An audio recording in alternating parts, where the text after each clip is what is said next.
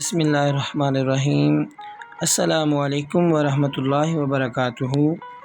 عزیز طلباء، امید ہے کہ آپ خیر و عافیت سے ہوں گے۔ جیسا کہ میں نے آپ کو پہلے 3 اسباق کے اندر یہ بات سمجھائی ہے کہ اردو کا پیپر جو ہے وہ صرف لکھنا ہی نہیں ہوتا بلکہ حل کرنا ہوتا ہے، کہ جس طرح ہم میتھ کا سوال حل کرتے ہیں ایسے اردو کے جتنے بھی سوالات پیپر میں آتے ہیں وہ کلاس 1 سے لے کر کلاس 12 تک اور اس سے آگے بھی، اس میں سے ہر سوال کو جس طرح الگ کرنے کا میتھ میں الگ فارمولہ ہوتا ہے، اسی طرح جو اردو کا پیپر ہے اس میں بھی ہر ایک سوال کو الگ طریقے سے حل کرنے کا ایک فارمولہ ہے۔ اگر آپ اس سوال کو اس فارمولے کے مطابق، اس طریقے کے مطابق، اس فارمیٹ کے مطابق نہیں لکھتے ہیں تو آپ کو اردو میں کبھی بھی پورے نمبر نہیں مل سکتے۔ تو آج کی اس ویڈیو میں آپ کو بتاؤں گا کہ آپ نے پیپر کے اندر اشعار کی تشریح کیسے لکھنی ہے، اس کے کتنے نمبرز ہوتے ہیں اور آپ نے اس تشریح کیسے کرنی ہے، آپ کو اس کا پورا طریقہ کار اس ویڈیو میں بتاتا ہوں۔ عزیز طلبہ، جیسے کہ آپ دیکھ رہے ہیں کہ سب سے اوپر میں نے سوال نمبر 2 لکھا ہے، یہ فرضی میں نے لکھا ہے، سوال نمبر 3 بھی آ سکتا ہے، اکثر طور پر جو یہ سوال نمبر 2 ہی ہوتا ہے۔ جو 9th اور 10th کے اسٹوڈنٹس ہیں ان کے لیے یہ سوال نمبر 2 ہی ہوتا ہے۔ اس میں اشعار کی تشریح 2 جگہ سے آتی ہیں، ایک حصہ نظم سے اور ایک حصہ غزل سے۔ تو آپ نے سوال نمبر 2 درمیان میں لکھنا ہے، نیچے ایسے لائن لگا کے آپ نے سائڈوں پہ آپ نے 3 نقطے بھی لگانے ہیں۔ اس کے نیچے آپ نے اشعار کی تشریح لکھنی ہے۔ یہ جو سوال نمبر لکھا ہوا ہے یہ 605 کے ساتھ لکھا ہوا ہے اور یہ اشعار کی تشریح میں نے 604 کے ساتھ ہیڈنگ دی ہے۔ آپ نے بھی اسی طرح اشعار کی تشریح کی ہیڈنگ دینی ہے، سائڈوں پہ بریکٹ لگانی ہے اور تھوڑا سا آپ نے خوبصورت کرنا ہے۔ اس کے بعد آپ نے یہ مینشن کرنا ہے کہ آپ حصہ نظم کی تشریح کر رہے ہیں یا حصہ غزل کی، کیونکہ میں حصہ نظم کی سمجھانے لگا ہوں۔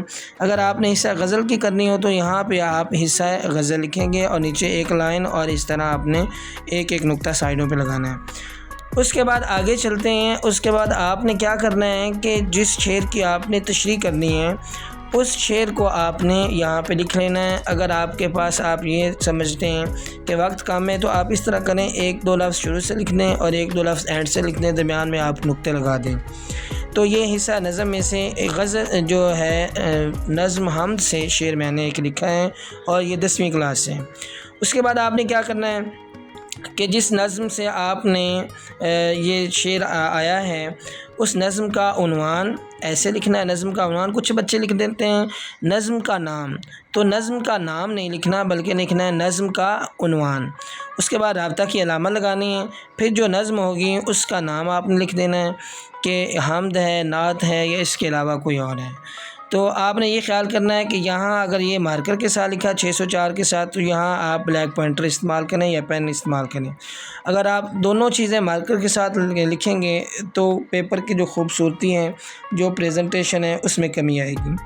اسی طرح آپ نے شاعر کا نام لکھنا ہے، پھر آگے جو شاعر ہوگا اس کا نام، پھر آپ نے لفظ تشریح کی ہیڈنگ 605 کے ساتھ دینی ہے اور کلر چینج کرنا ہے۔ دیکھیں میں نے اوپر سوال نمبر 2 جو ہے وہ بلیو کے ساتھ لکھا ہے، اس کے بعد تشریح کا لفظ جو ہے وہ بلیو کے ساتھ لکھا ہے، باقی بلیک کے ساتھ لکھا ہے۔ اس کے بعد آپ نے کیا کرنا ہے، آگے تفصیلیہ کی علامہ لگا کے تشریح طلب شعر نظم حمد سے لیے گئے جس نظم سے بھی ہوگی، جس کے شاعر امیر منائی ہیں جو اردو کے قادر الکلام شاعر ہیں جنہیں زبان و بیان پر بڑی قدرت حاصل ہے، اس طرح وہ 2-3 خوبیاں آپ نے شاعر کی لکھنی ہیں۔ پھر آپ نے مذکورہ شعر کے بارے میں شاعر جو ہے اللہ تعالیٰ کی تعریف و توصیف بیان کرتے ہوئے جو کہتا ہے اس کا مفہوم تھوڑا سا لکھیں۔ اس کے بعد کوئی قرآنی آیت آپ نے اس کوڈ کرنی ہوتی ہیں اور اس کا ترجمہ لکھ دیں، آیت نہیں آتی تو صرف ترجمہ لکھ دیں۔ پھر شعر کے دوسرے مصرعے میں اس کی تھوڑی سی وضاحت کریں اور پھر آپ نے اس کے حوالے میں کوئی نہ کوئی شعر لکھنا ہوتا ہے، جیسا کہ میں نے لکھا جگ میں آ کر ادھر ادھر دیکھا تو ہی آیا نظر جدھر دیکھا۔ تو آپ نے اس طرح اپنی تشریح کو کمپلیٹ کرنا ہے۔ اگر آپ تشریح کے اندر جو ہے کوئی حوالہ جات نہیں لکھتے، کوئی کوٹیشن نہیں لکھتے تو آپ کبھی بھی پورے نمبر نہیں لے سکتے۔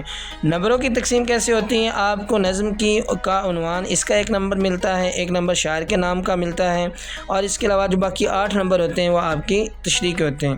جو نظم کے اشعار ہیں ان کی تشریح اکٹھے بھی کر سکتے ہیں، جبکہ جو غزل کے اشعار ہوتے ہیں ان کی تشریح الگ الگ آپ نے کرنی ہوتی ہے۔ تو عزیز طلبہ، اسی طرح تیزی کے ساتھ جیسا کہ میں نے آپ کو کہا کہ اردو املا کے چند الفاظ ہیں، تو میں جلدی سے لکھتا ہوں۔ میرے ہاتھ میں 604 مارکر ہیں۔ تو پہلا ہمارا لفظ ہے مرعوب۔ مرعوب لفظ، مرعوب کا معنی ہے روب میں آنا، اس طرح لکھیں گے۔ اس کے بعد اگلا لفظ ہے کوائے ذہنیہ۔ کوائے ذہنیہ کا لفظ جو ہے وہ آپ اس طرح لکھیں گے۔ کوائے ذہنیہ کا مطلب ہوتا ہے ذہنی طور پر طاقتور ہونا، ذہنی طور پر طاقتور ہونا۔ اس کے بعد اگلا لفظ ہے فی الواقع۔ فی الواقع کا مطلب ہے حقیقت میں۔ فی الواقع کا معنی ہوتا ہے کہ کوئی کام جو حقیقت میں کیا گیا ہو۔ اس کے بعد آپ نے جو اگلا لفظ ہے میں نے لکھا وہ ہے اجتماع۔ اجتماع کا مطلب ہے جس جگہ پہ بہت زیادہ لوگ جو ہیں وہ جمع ہوں۔ عزیز طلبہ، ان املا کے الفاظ کا لکھنے کا مقصد یہ ہے کہ آپ کو مارکر کا استعمال آ جائیں، اور آپ نے لفظ کی بناوٹ بڑے غور سے دیکھنی ہے کہ جس طرح میں بنا رہا ہوں آپ نے اپنے لفظ کی بناوٹ جو ہے وہ اسی طرح ہی لکھنی ہے۔ آخری ہمارا اردو کا لفظ ہے مہلت، وہ آپ اس طرح لکھیں گے۔ اس کے بعد انگلش جو ڈکٹیشن ہے اس میں نے چند الفاظ لکھے ہیں، تو میں مارکر کے ساتھ جلدی سے لکھتا ہوں۔ پہلا لفظ جو میں نے لکھا ہے وہ ہے ایس ٹی اسٹرکچر، STRUCTURE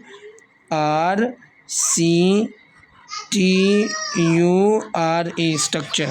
تو اسی طرح باقی الفاظ آپ نے مکمل کرنے ہیں، اور یہ سارا کام مکمل کرنے کے بعد آپ نے اس کی ایک پین کے ساتھ پریکٹس کرنی ہے، مارکر کے ساتھ پریکٹس کرنی ہے، اور مجھے بھولنا بالکل نہیں، مجھے سینڈ کرنا بالکل نہیں بھولنا۔ اللہ تعالی ہم سب کا حامی و ناصر ہو۔ شکریہ۔